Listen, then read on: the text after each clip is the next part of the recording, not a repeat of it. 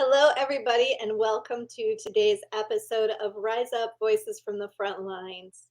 And I'm really excited today to be bringing you a happy ending, to be bringing you a story of failing forward and a story of not having to stay where you are and being able to use tools and resources that are available to really create a new life, a new version of oneself, and a new future that is full of potential and possibility. So, I would like to bring Travis Lyons to the show. Hi, Travis. Hey, Krista, it's a pleasure to be here. Thank you for having me. I'm really excited to have you here, and this is your very first podcast. Yeah, this is my putting myself out there is quite uncomfortable. So yeah, this is my first time. And yet you have one of the most amazing stories of fighting through and not accepting getting back up every time that you got kicked down. You have such a perseverance story. I appreciate that. Yeah, it's been a long journey. So in hindsight, yeah, so much resilience. During it, thinking I had a lot of weakness. Absolutely understandable. So let's begin. Well, let's begin at the obvious place. Since your journey and your challenges began really early, let's talk a little bit about your childhood and what shaped your life in those early years. Yeah, there was so much going on. So I guess going back to as a kid, I'm originally from New York, from the Bronx, and I had two polar opposites in terms of my parents. I had my mom who was ruling with the iron fist. She was a single mother, and I had my weekend dad, which was I'm the fun guy. Don't be so serious. And growing up, it was nice, right? I get the release with my dad from the strictness of my mom. However, as I hit 10 years old, things started to change a bit. It's interesting, even just thinking about, wow, okay, I'm saying my story right now. um, my dad he shaped a lot of my beliefs, and I didn't learn this till later. But a lot of what I learned about my dad wasn't about love, although that's what I thought it was, and it was a lot of just be sexually interested in women because that's sort of what a man is. And he wasn't someone I can go to talk about feelings, and it's just something I sort of understood because he didn't do it. So it's really much just me, myself, and I want daddy's approval. So dad says go do this, you get that, right? You do it at a young age, right? I'm over here doing things at 12 years old, um, really just losing my virginity at that age, going to dad, getting that affirmation, and unfortunately, that's where it begins because I'm now distracted, and dad sort of co-signing that. Um, Now I go through high school, and I'm destroying relationship after relationship. Right? And this seems to be a thread that continued on all the way up into my 20s. Still, not really having anybody to talk to, not having anybody to process change. Um, me and my mom went back and forth so many times. I'm Hispanic, and being in New York, being the only boy, being the protector, watching my mom have to work, go to school, make money, you pull your pants up. You pull your pants up and you do what needs to be done. And being in the Bronx, you can hang out in the streets. That's part of what pulling my pants up was about. Just run away, get out, ignore, act like things aren't a problem. And I suffered in a lot of silence. Spent a lot of teenage years just angry, retaliating, um, getting suspended at school, creating issues, and completely lost. Nowhere to go to, no one to talk to, no one to say, hey, look, this is my struggle. Can you give me some advice? And it was also I wasn't going to get to that idea that there was even anyone out there. it was sort of understood that there's no one that's going to give you, anything. And it just continued to progress in different ways, right? Hugs, very weird thing. That was like, I mean, even to this day, thinking of like hugging my mom, and like, man, I need some practice with that. Um, so there was just a lot of a void of emotion, a lot of betrayal. So you struggled with a few different cultural concepts. You had the strong masculine figure that is modeling a lack of emotions and a lack of caregiving, and that machismo kind of, we show our value by how many women we can take, and Correct. another notch on the belt, and there's not that affection and not that relationship development that was not modeled for you. Yeah. And and even with that, ironically, I tried to be passionate. I tried to be romantic. I tried to copy what I got from movies, and I did. I loved poetry. I had my own private expression, um, and I tried it. I was vulnerable in relationships, but the thing is, they still didn't work because I had no self control. Because I had these two beliefs. I really want love and compassion, and I'm getting it from these women who are not my family, and this is nice.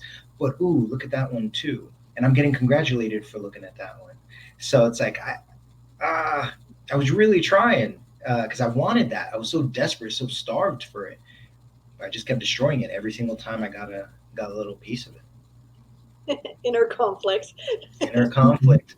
Oh, that dissonance. Right?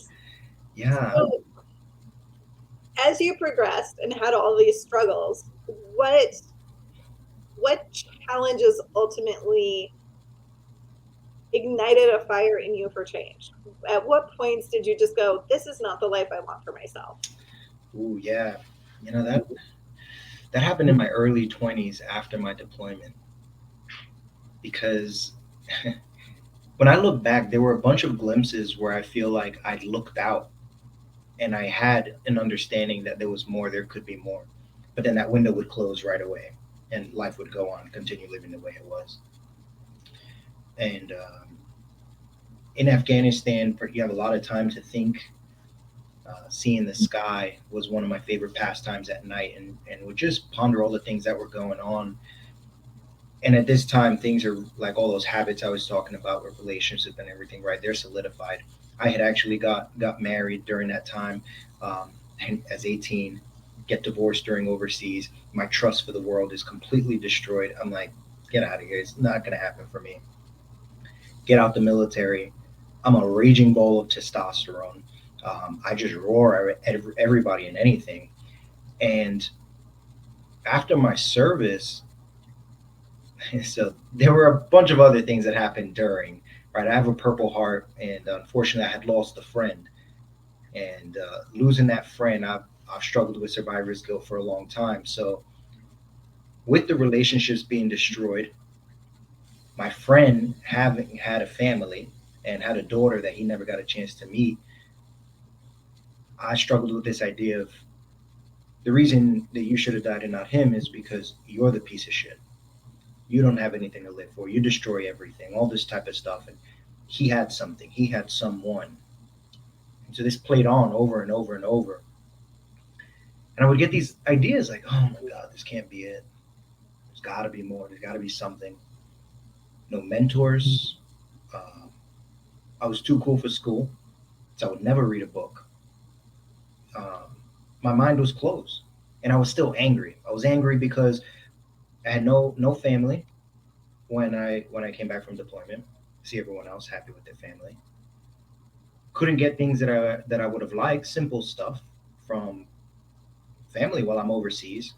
So feeling lonely, constantly lonely, lonely, lonely. Where am I going to look?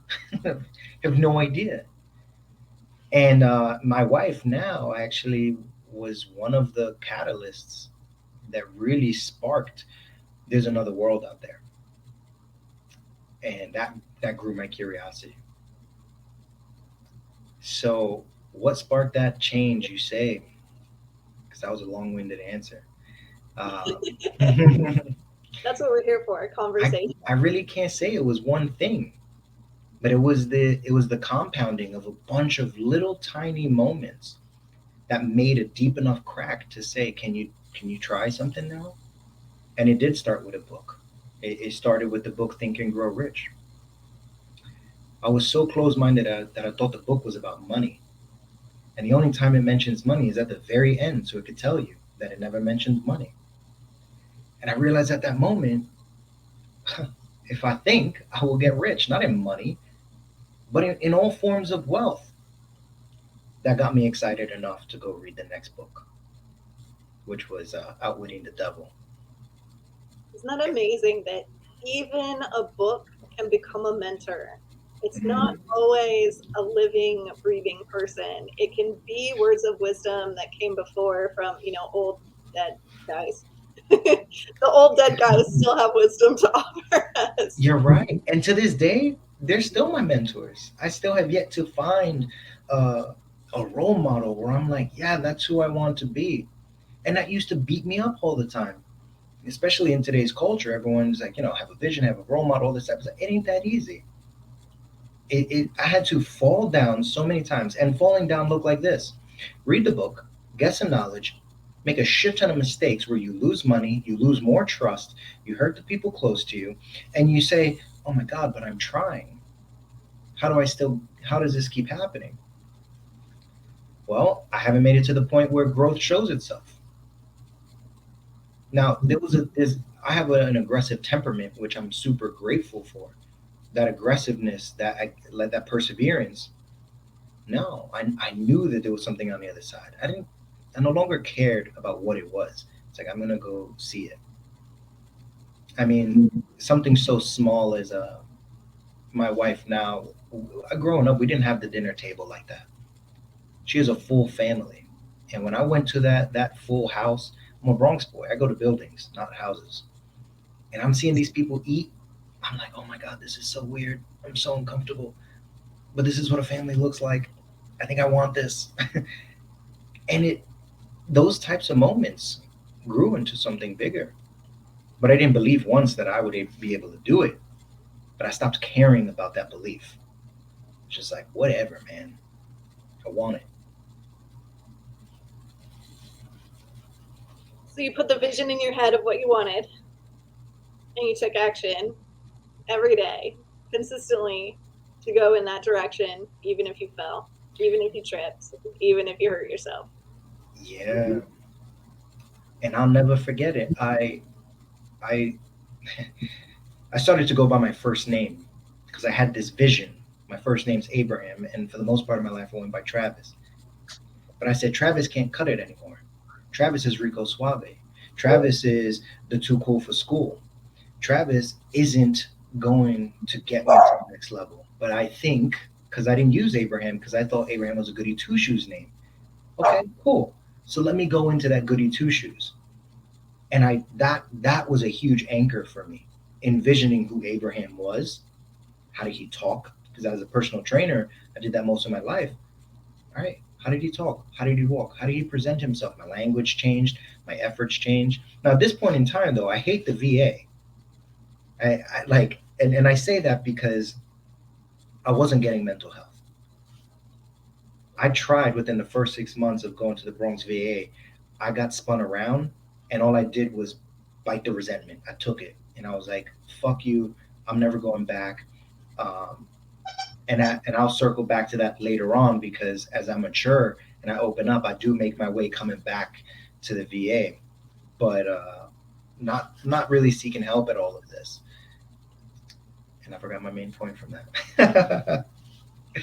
Let's go backwards just a tiny bit. Yeah. What, how did you transition from troubled youth and teenager uh, to joining the military? Mm. What was that transition for you? How did that come about? So I love the idea of being in the military, and I had two best friends, Troy and Alexis, and in 10th grade we had said after graduation we're going to go.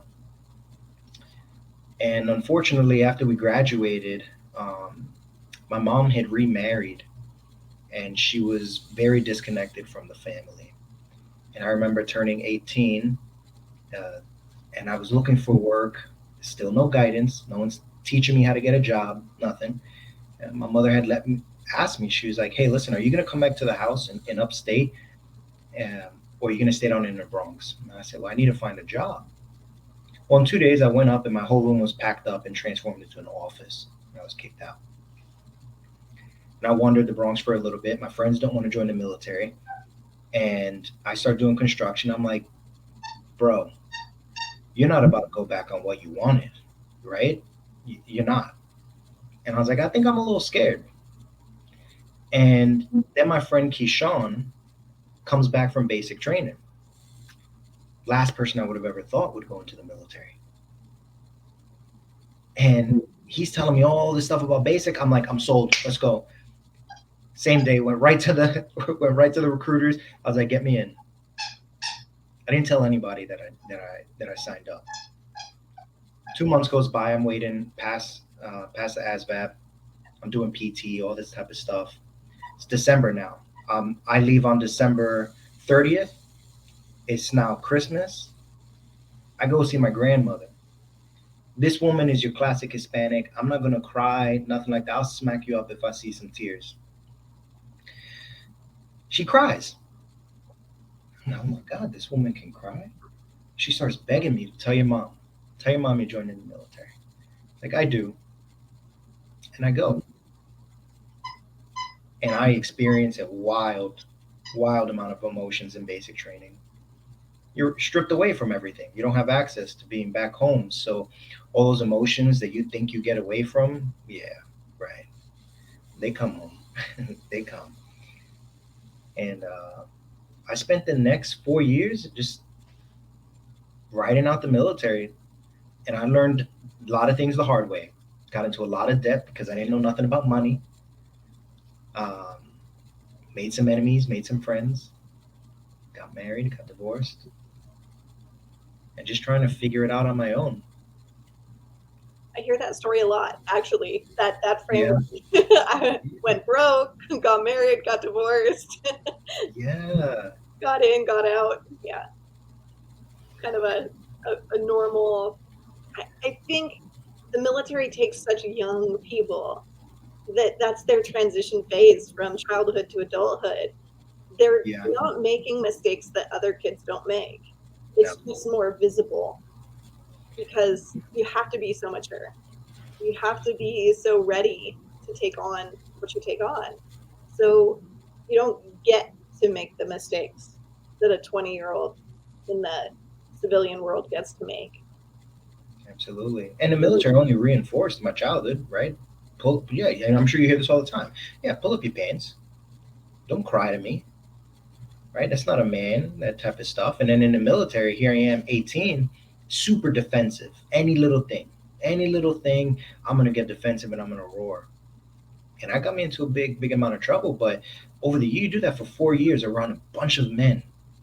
You go spend a year in war territory where you know that just as much as you're out for other people are out for you. That hypervigilance, that all that testosterone builds up. I don't want to say there's no coming back because I'm here. I'm the man who I am today, and I would definitely say that I came back. But that was a process. I used to think that I was impervious. I used to think, basic ain't gonna change me. It would change you didn't even know it. War changed you didn't even know it. Yeah, I think there's no coming back without action and effort and commitment and a massive amount of self awareness that is unfortunately very rare. yeah, We yeah, have to be able to look at ourselves with honesty and say, this is not what I want. This is not who I want to be. What does the person I want to be do and say? And who is that person? And you created that vision for yourself without even knowing those tools. You created that vision for yourself to take action in the direction you wanted. yeah. And action was super small, really small. It was like, stop lying so much. Like, okay, stop lying so much. I'll feel better. Stop cursing so much. Like I had to approach things that were manageable. on my level. Sure, I wanted the fatter wallet because somehow there was a hole in mine. I kept losing money just as fast as I got it. But also, like after I got out the military, I smoked a shit ton of weed, and then I'll go work for a gym. Everybody's smoking weed. So now culturally, I'm in and out of it. I mean, my clients didn't even know what version of me they were gonna get. I was just always high. Partially of it was to avoid all different thoughts and feelings. The second part was to be social and also break down this because like for the first year, 2 years after the military, and it happened during, people would tell me, "Oh, you've changed. Your humor's changed. You're not laughing at the things you found funny." Almost as if like I became concrete of some sort. So sure, smoking that, I guess you could say, cracked that concrete and allowed me to be me a bit. But I relied on it too heavily. At the point for a little while, I did lose sense of myself. So I think in order, doubling back a little bit, just Think and Grow Rich was number one on how things really started. Because it was just the first time I got answers. That's so funny. A lot of people will say that book was their inspiration, but not usually with a story like yours. It's usually the foundation of their entrepreneurship journey, you know. So people kind of put that in the context of that's a finance book, that's a money book, that's a business book. But it is so much more than that. It does highlight how important mindset is in this journey of self-discovery and identity. You mentioned the word identity, and I think that's what you were looking for all those years, was that knowledge that you can create your own identity and that it's not something that's thrust upon you by others. And you've gotten to the place where you're creating more of what you want to be. So let's talk about your healing process and your healing journey, because I get asked questions very frequently about psychedelic therapies and what's my opinion of it. And I have a couple of clients who've experienced it, but uh, I have no personal knowledge of, you know, what that experience is like. But Yeah, the results seem to be, when they work, they seem to be immediate and just almost unbelievable, the power that that can have. So talk about what you did and what was your experience like, and uh, just a little bit of detail about that journey for you. absolutely. Yeah, so I mean, I've been working with a therapist from the VA since let's say like 2019, I believe. And after working with her for 2 years, she had asked me if I would be interested in a study, an MDMA study. And I was like, oh yeah, tell me a little bit about that. And I just ended the study, and it was mind blowing. One session, immediately after, I told the therapist, I said, if I worked with you for 7 more years, I was never going to think my way into these thoughts, into these feelings, into this experience. It condensed years of potential therapy into 8 hours. Absolutely crazy. Um, Man, where do I start? There's so much there, right? There's so much there. So You did a high intensity protocol where you did IV therapy, correct? IV, no, they gave me. So what it was is they gave me. I believe it was 120 milligrams of pure MDMA, and the VA is working with MAPS to do this study. And the setup, there's a lot of setup there. It takes at least 2 months leading up to it. But you're in a room, you're laying on the bed, you have your two therapists on each side. They're with you 100% of the time, and they have music there. Music is a very very integral part to this experience. And they give you they give you these two, and in about 20ish minutes, things start to change. You start to realize physically you feel a little different. They give you some eye shades, and when you put these eye shades on, for example, at one point in time when this song had played, it was like tribal music beating, and like a movie, there was the scene.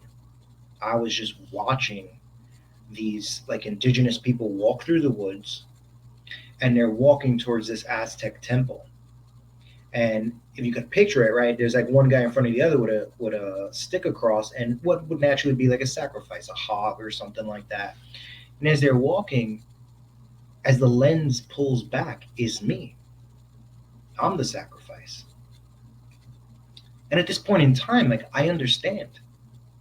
I'm sacrificing myself, all the bad parts of myself, for the sake of growing out with the old and with the new. So I'm vibing with this. And as the song continues and the scene plays out, they get up to the top of the temple. And last minute, somebody yells out, they're like, no, no, no, no, no, we got the wrong person. We got the wrong person. Stop all of this. And I remember being so confused. And right after that confusion, it's like my brain just forfeited all the understanding and the information. And it said, yeah, this is your MO. You're used to sacrificing yourself for everybody, for everything. You throw yourself under the bus for the sake of situations, lack of self-care per se, right? And the song switches. And when the song switches, the next scene comes out. And I'm in a hole looking up, and I could see the sky, crystal blue, one cloud going by. And this silhouette of a person leans over and puts their hand inside. I go out, grab their hand, I pull up, and the moment the sun hits them, I realize it's me pulling myself out of this hole, this support. Once again, my brain provides all the context, all the understanding. Wow. You know, you've been there for yourself your entire life. That you could rely on yourself, that you can support yourself, that you can be compassionate. Then it's crazy that the tribal music comes back and everyone's dancing. Hundreds of people dancing, rejoicing, like that I became whole. I remember I took off um, the iPads that I had on. I tell the therapist, like, oh my God, you wouldn't believe what just happened. And I just saw this and I just saw that. I had never felt so loved by myself before. It was so one of the things I learned about the MDMA is that it shuts down the amygdala, the part of your brain that's responsible for that shitty self-talk that we tend to have. With that out of the way, you get to the root. You just free up. And I remember telling the therapist, it's as if the like if my veins were wires, electrical wires, the ones that I thought were dead just got completely re-electrified. I feel complete even at this moment. And it was just so beautiful. This experience allows you to get the junk out of the way. So I realized at this next scene, which was so cool and mind-boggling, it's a desert. It's the Afghanistan desert, just as I remembered it.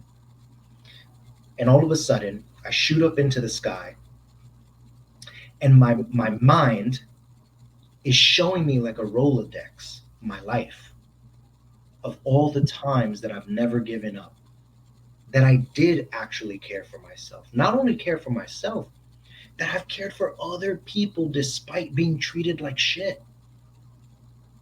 This was evidence that, hey, you are a good person. And it's as if it knew. I was like, all right, is this enough? And I'm like, I get it. I get the point. Yeah. That ease. You see, I could never look at myself. I can't look at like I could now, but before that MDMA experience, I couldn't look at the past and look at the past. I had to look and judge all the time. So with that judgment out of the way, I was able to look and see like, oh my gosh, look at you. You're not that asshole. And in fact, you've been that way even when you were 10 years old. Because I had a bunch of naysayers, my father's side of the family. They've said some things. I mean, when I went to join the military, one of them in a group of family, they said, "Oh yeah, people who fail at life join the military." I got up, I said, "Fuck you all," and I stormed out. So I'm over here thinking I'm stupid, I'm uneducated, I'm not going to be able to be somebody. And then, I go and be an infantryman. That's all I'm worth. I'm just a fucking grunt. Well, sure, life changed, but that MDMA experience showed me that no, you had it all wrong. It was one big misunderstanding. I love the way you describe like all of the dead parts of your nervous system, all the pathways that were dead coming back to life, because that's a hugely intuitive way to say the only thing we know about these psychedelic therapies, and there's a couple of them that do it, is that the neurological pathways that are not firing are actually able to begin firing again. So it is repairing the damaged parts of your brain, the parts that got shut down by the traumatic experiences, that where all the energy was hijacked by that overactive amygdala. The neuroscience behind it is literally what you were saying, is that those synapses are rewired. You get that energy back to them, and they're firing again the way that they used to, probably better than they ever did. And you literally are regenerating nerve functionality in the brain, which is a huge big deal. And science doesn't understand why it's doing that or why it's capable of that, but it's literally healing a damaged brain. Yeah. One of the things the therapist told me was um, MDMA allows the body to heal because the mind and body knows what it needs to. And that, when you think about that science, you think like, yeah, that amygdala really does get in the way of healing because we get in our own way. We judge ourselves. Like I said, I could never look at the past and not ridicule myself at the same time. Healing happens when you stop judging. That's it. At the end of the day, you're not going to heal if you're going to judge because you're judging. That's why you can't do those two processes together. Absolutely. Yeah. So tell us about your life now. Tell us about what are you doing? What is all the bright stuff on the horizon, and what has this opened doors for you? Yeah. Oof. So many doors. Um, hmm. Well, if I may, can I share a couple more experiences from the other two Or, days because they'll tie together yes, into that. of course. So all that happened on day one, plus a couple more stuff. When I went back 4 weeks later for the second session, the music had, of course, right. The music really sets the tone. This song had played, and all of a sudden I'm just floating there on a huge ocean. Now I had spoken to my therapist about parts of myself that I hate, parts that I've buried, moral injury that I've struggled with, things that I've done in Afghanistan that I've seen that have been the type of person having that conflict. I stuffed that part real deep. So now when this song plays, I'm in the ocean and I decide I'm gonna go swim down. I'm gonna go get that part of myself. And the song starts really slow and really long, and I'm swimming down. And I'm like, fuck, this is such a long ass way down. And I get to the bottom, and there goes that monster inside of me. That monster that I'm like, I can't let you out because you ruined things in my life. And when I made it to the chin, and he looked up at me, he was sad. And I remember being so confused, like, why are you sad? You're the worst parts of me. The worst parts of me don't get to be sad. This doesn't make sense. Well, yet again, my brain just gives me the understanding. It's like me shoving 10 books in your face all at once and you understand all 10 in an instant. It's like I have all the context. I said, wow, although you have been down here this whole time, I've been growing as a person. You grow too. All parts of you grow at all times. I've been neglecting that part. And so While I'm there facing him, I realize that that monster, that part of me that I called evil and bad, saved me as a kid, saved me in Afghanistan, saved me with all the other men's, all the opinions of other people.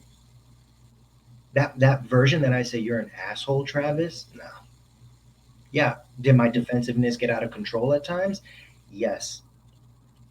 But if I didn't have that part of me, who knows the type of man I'd be today? I would have succumbed to all those opinions. I would have completely bought into it. But that monster, realizing at that moment, was the biggest strength that I had. But I was emotionally immature. So, of course, that part of me is going to be emotionally immature. It ran rampant. I ran rampant. I'm a lot more mature now. But I didn't realize at first was, yeah, I swam down there, but I didn't swim down there alone. That compassionate version of me that I picked up from day one, that that version came down with me. And both of us are looking at this monster and we're saying, like, it's time to let you free. Those chains fell off, and I remember to swim back up. It was long. It was, oh, here we go again. Am I even gonna fucking make it? We get up to the top.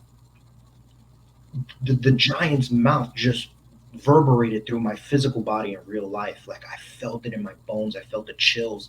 Just that gasp of air, like freedom, finally. It was crazy. And it was this absolute understanding. Once again, you misunderstood yourself. What you called evil, what you called the monster, the destroyer, protected you. That was part of my resilience. But I didn't see that. It's a really big misunderstanding. I love your descriptions because they are so closely tied in with a lot of the therapies that we work with in post-traumatic stress healing processes, the internal family systems, that discovering the different protectors that you have inside yourself. And almost always people have some kind of rage beast that scares them. It's a part of themselves that they hate, and they put it in chains and they try to lock it, stuff it away. But the story is almost always the same. It saved me. It protected me from these things that I was afraid of. But it's trapped at the age in which it was created. Is the way it's often described. Is so if you were 6 when that rage monster was born, when it first had to protect you, it's still 6. So what it thinks will protect you is not what your adult mind is looking Mm. for protection. So it's just a really great, the way you describe that is a really great example of that inner family systems therapeutic process just happening organically without you even knowing what it is or why it's done. You just naturally experience that bringing together of your internal parts, and that desire to be uh, loved and accepted by yourself in all the aspects of your being. Yeah. And that compassion part, when you talk about, well, what changed? What's my life like now? I'll go and ask that compassionate part. Hey, compassion, I need your help. I'm gonna call you by name. That's your name. One of the things that caught me so off guard, which these are the lingering effects of MDMA. After the second session, it's it's Memorial Day. They're having a whole veteran ceremony right by my house. I tell my wife, yeah, let's go. And we start walking around. They got all these tables set up, different recovery centers. They got acupuncture. They got food, all this type of stuff, right? And they have a whole ceremony that's going to happen in a few. And I am uncomfortable. I actually wanted to fucking run. I'm skipping all the tables. Very uncomfortable. I'm like, all right, you got to say something. So I got to tell my wife, I say, yeah, hey, babe, I really actually just want to go. Just want to go. She's like, oh, are you okay? Is that why we're not stopping at any of the tables? I'm like, yeah. She's like, you want to leave? I was like, I want to, but I don't think, no, I want to continue to push through this. So I do. We make it to the other side and they start the ceremony. Now they have Vietnam vets. They have all these different eras. They're all in their uniforms. You got the vehicles, super cool. Love the nostalgia, all that type of stuff. And then they start playing music. They start having the detail. And when I, as soon as I heard just the sound, it brought me right back. I'm over here in Afghanistan. I am I'm with all my fellow brothers, and we're watching my friend Miller's casket get dragged down through the middle, and I start panicking. I'm like, not now, no, not now. I don't want this to happen right now. I'm getting watery, but the music is still going. I'm in it. I'm here, and I look at my wife. She's looking straight. I'm like, all right, fuck. There's so many people around. I just want to get out of here. And then I'm like, wait a minute. Compassion, compassion. Are you there? Can you help me out? I need you right now. Clear as day. Yep, I'm here.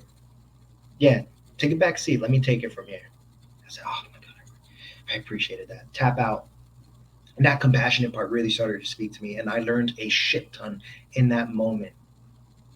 Completely reframed this, the whole survivor's guilt, the whole experience.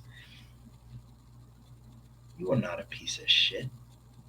It's not a matter of you should have died and he shouldn't have. It's not, no one should have died theoretically. You are both young bucks in this place, and you have been labeling yourself as a worthless asshole, a worthless life. You were just struggling. You were just a struggling young man with no mentors. You lived in the projects at one point, scraping fucking nickels and dimes for ham and cheese because you couldn't eat that night. You were just learning and making mistakes along the way. I said, wow. Because now I'm charged. I'm on. Right? Those wires, they're on. I could accept that. My amygdala still isn't back up and running at optimal performance, so I'm not refuting that. Epiphany. I said, can you let yourself cry right now? Can you just let it out? Yeah, I'll drop it. I just stood there and just cried. And I told my wife what happened. And after that, I went back to all those tables I avoided. I engaged with people, made some good connections. So that's how compassion continues to reappear in my life. That disassociation, in a way, being able to call upon that part of myself, which I know what that compassion is like now, helps me not take things so personal, helps me see things and understand them. That monster has matured, and that monster helps me be assertive. That monster helps me stop sacrificing myself when I'm in a moment and I'm uncomfortable and I'm like, I don't want to burden this person. Oh, so you're going to sacrifice yourself right now? You want to go into the fire? No, I really don't right now. So the self-talk is really amped up. I've always talked to myself. Well, we all do, whether we admit it or not. But my self-talk has become very conversational. So I stand up for myself. I stand up for my feelings. I stand up for what I believe in, what I don't believe in. More assertive, not aggressive, if that makes sense. So those are two really impactful ways how MDMA has changed my life. Just how I interact with people, interact with myself. You've learned how to use your inner strengths and how to put the best parts of you forward in.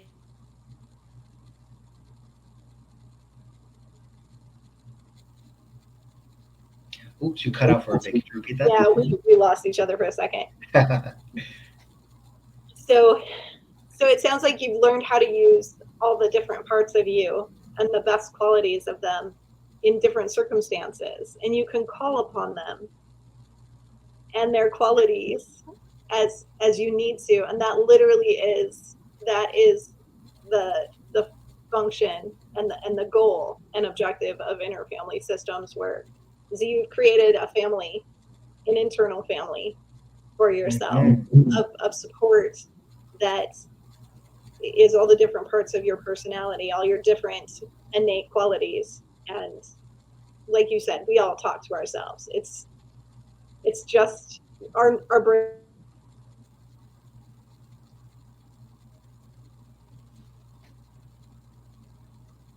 Oh no.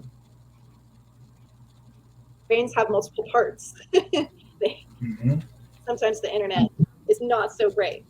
So love how this parallels, how your experience naturally parallels a course of post-traumatic stress work that someone would, like you said, go through over the course of like a year or 2 or 3 or 4 or more, depending on how available to themselves they are or ready Yeah, for change.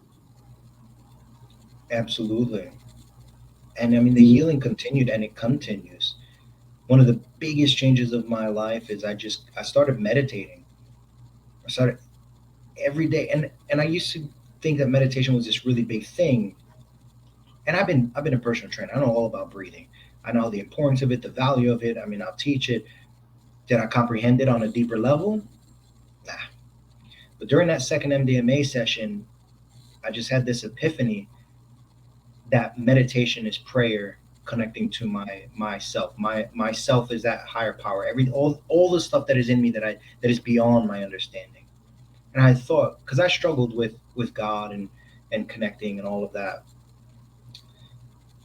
what I realized is that there are people out there who pray breakfast, lunch, and dinner, and in between, morning when they wake up and go to bed at night. How many times do I check in with myself? I'm definitely not checking in with myself breakfast, lunch, and dinner, and in between, or in the morning or at night. How often am I priming my mind to prepare for the time that I'm awake?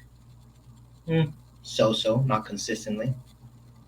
So I realized I want to stay connected to the compassion. I want to stay connected to the monster. I want to stay connected to the sexual part of myself. I want to stay connected to the confident, the courageous, all of that type of the child, all of it. The only way I'm going to do that is actually look at myself. And now I have it. Now I'm not afraid to have some dialogue with myself. And that's my prayer time. I'm not going to let myself go neglected ever again. So what's next for you? Yeah. Ooh. So right now, um, I love helping people.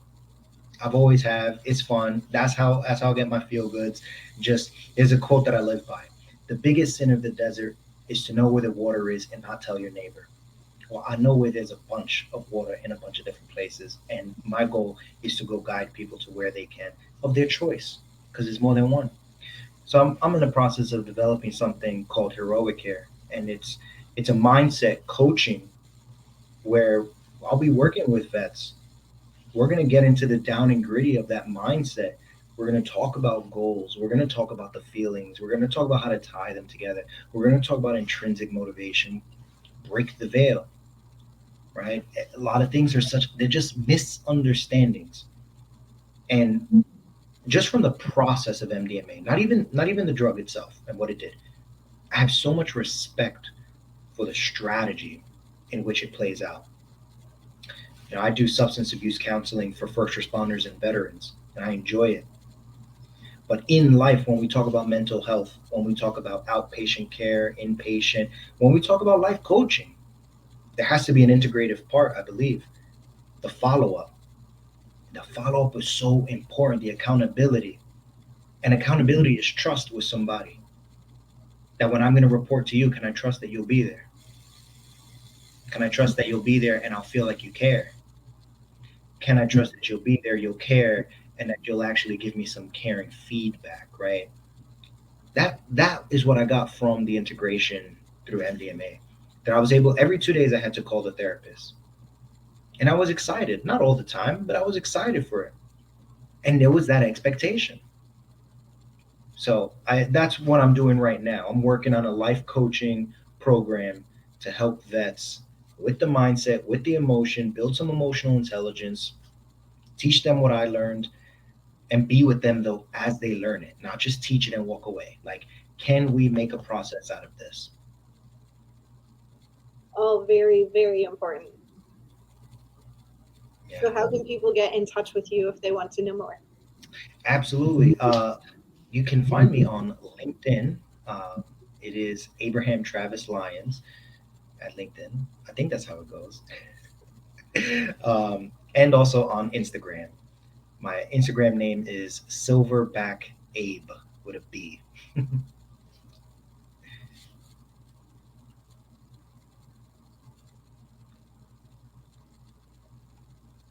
Oh no, you froze.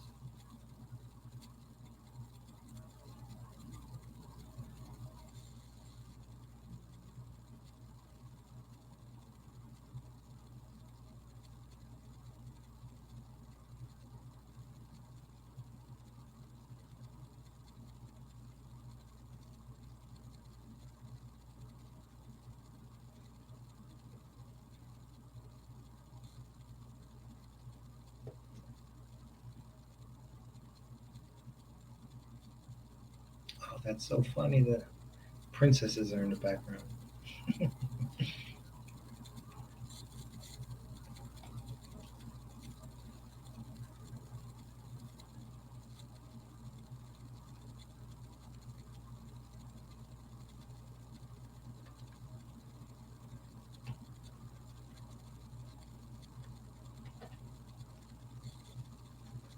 I think we're back. I might have to Yeah. edit that. That's all right. So any last words of wisdom for our audience? Mm.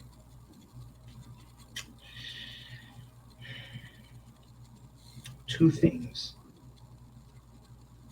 Slow it the fuck down. Slow down. In recon, we had a saying: slow is smooth and smooth is fast. And I lived by it, but again, one of those things I didn't understand. Just slow it down and live your life. Don't be in a rush. You'll get there. And the second thing would be, it's okay. Everything is okay. It may not feel that way, but when you look at things objectively, you're okay. Yeah. Those would be my two messages. Thank you so much for being with us today. Yeah, thank you, Krista. It was such a pleasure. Thank you, everybody, for being with us today, despite some of our technical difficulties.